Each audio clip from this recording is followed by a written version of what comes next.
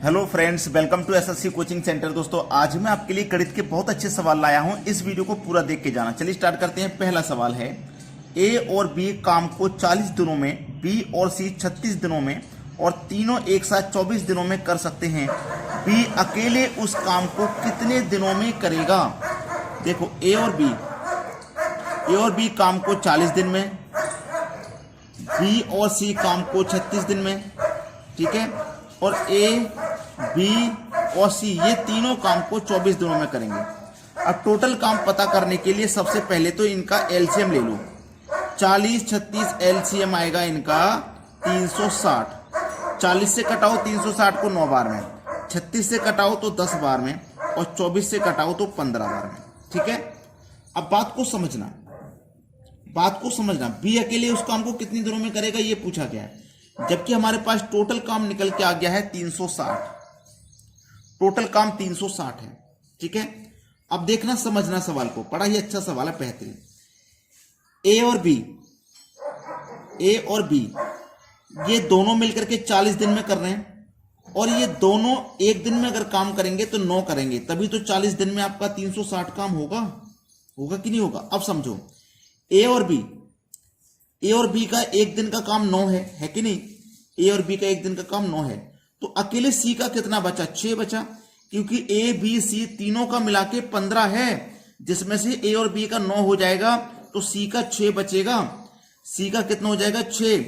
अब बी और सी का दोनों का 10 है, अकेले सी का 6 है तो बी का 4 हो जाएगा।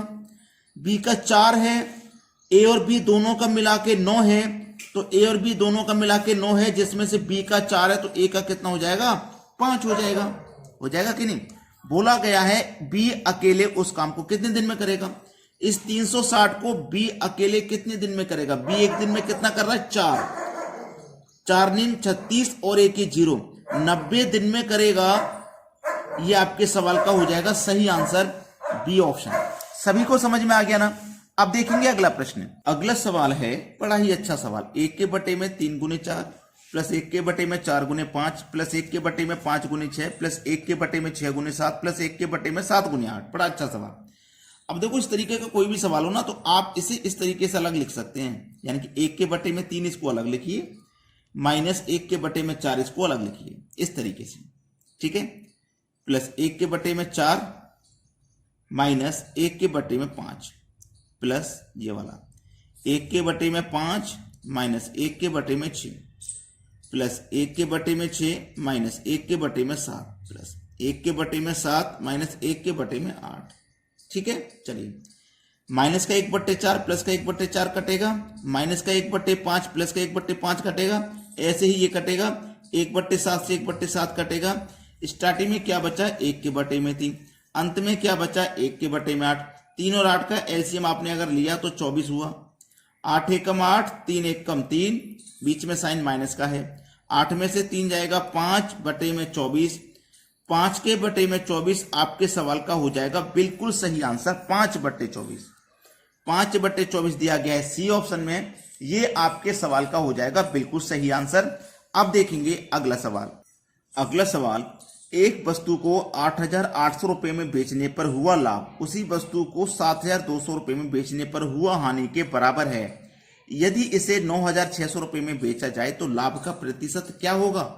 देखो, सबसे पहले तो मूलधन निकाल लीजिए, ठीक है। मूलधन कैसे निकालेंगे? 8,800 में बेचा और 7,200 में बेचा, जो लाभ और हानि हुआ है वो बराबर है, ऐसा सवाल कभी आ जाए तो पहले 8,800 और 7,200 दोनों को जोड़ के ना, 7,200 दोनों को जोड़ के 2 से डिवाइड कर देना, मूलधन निकल के आ जाएगा। अगर हमने इसको जोड़ा तो 16,000 हुआ और 2 से डिवाइड किया तो मूलधन 8,000 हुआ। अब इस 8,000 पे क्या हो रहा है? हम इस 8,000 की वस्तु को कितने बेच रहे हैं? 9,600 में बेच रहे हैं। तो 8,000 की चीज को 9,600 में बेचेंगे, मतलब 1,600 ज्यादा में बेचेंगे। 1,600 का प्रॉफिट होगा कितने पर? 8,000 पर। प्रतिशत के लिए 100 से गुना, 2 जीरो से 2 जीरो ये कटेंगे और 1 जीरो से 1 जीरो ये कट जाएगा। 8 दूनी 16 और 2 का गुना 10 से हो जाएगा तो 20। तो लाभ का जो प्रतिशत होगा ना, लाभ का प्रतिशत क्या है? वो 20% है। पहले ऑप्शन में दिया गया सवाल का सही आंसर। अब देखेंगे अगला सवाल। अगला सवाल है, 892 की पावर 102 प्लस 183 की पावर 103 में इकाई अंक क्या है? इकाई का अंक बताना है केवल। बड़ा ही अच्छा सवाल। सबसे पहले आपको एक चीज बताता हूं, अगर हमारा इकाई अंक मतलब यहां पे ये अंत में जो संख्या है ना, अगर अंत में हमारा 0 हो या 1 हो या 5 हो या 6 हो, इसके ऊपर कितनी भी पावर क्यों ना हो, इसका इकाई अंक ये स्वयं संख्या ही होती है। ठीक है, स्वयं संख्याएं होती हैं, याद रख लेना इस बात को। अब यहां पे तो इनमें से कुछ भी नहीं है, 2 और 3 है, इनमें से कोई संख्या नहीं है, लेकिन कोई बात नहीं, कोई नहीं है तो अब कोई नहीं है तो हम क्या करेंगे, 2 तो है इकाई अंक, 2 को ले लेंगे। यहां 3 है, 3 को ले लेंगे, बीच में प्लस का साइन है, प्लस को ले लेंगे। अब देखो इसके ऊपर कितनी पावर थी, 102। इसको हम क्या करेंगे, 4 से भाग देंगे इस पावर को, जहां तक कट जाएगा काट दो, जो शेषफल बचेगा उसी को यहां पे पावर रख दो। 4 से 102 में से 100 कट जाएगा, पावर 2 बचेगा। यहां पे भी 100 कट जाएगा, 4 से 3 बचेगा। 2 की पावर 2 का मान 4, 3 की पावर 3 का मान 27। अब जोड़ो 7, 27 और 4 को जोड़ो तो आपने जोड़ा 31। अब 31 में इकाई क्या है, 1। पहला ऑप्शन हो जाएगा सवाल का सही जवाब। सभी बच्चों को समझ में आ गया ना?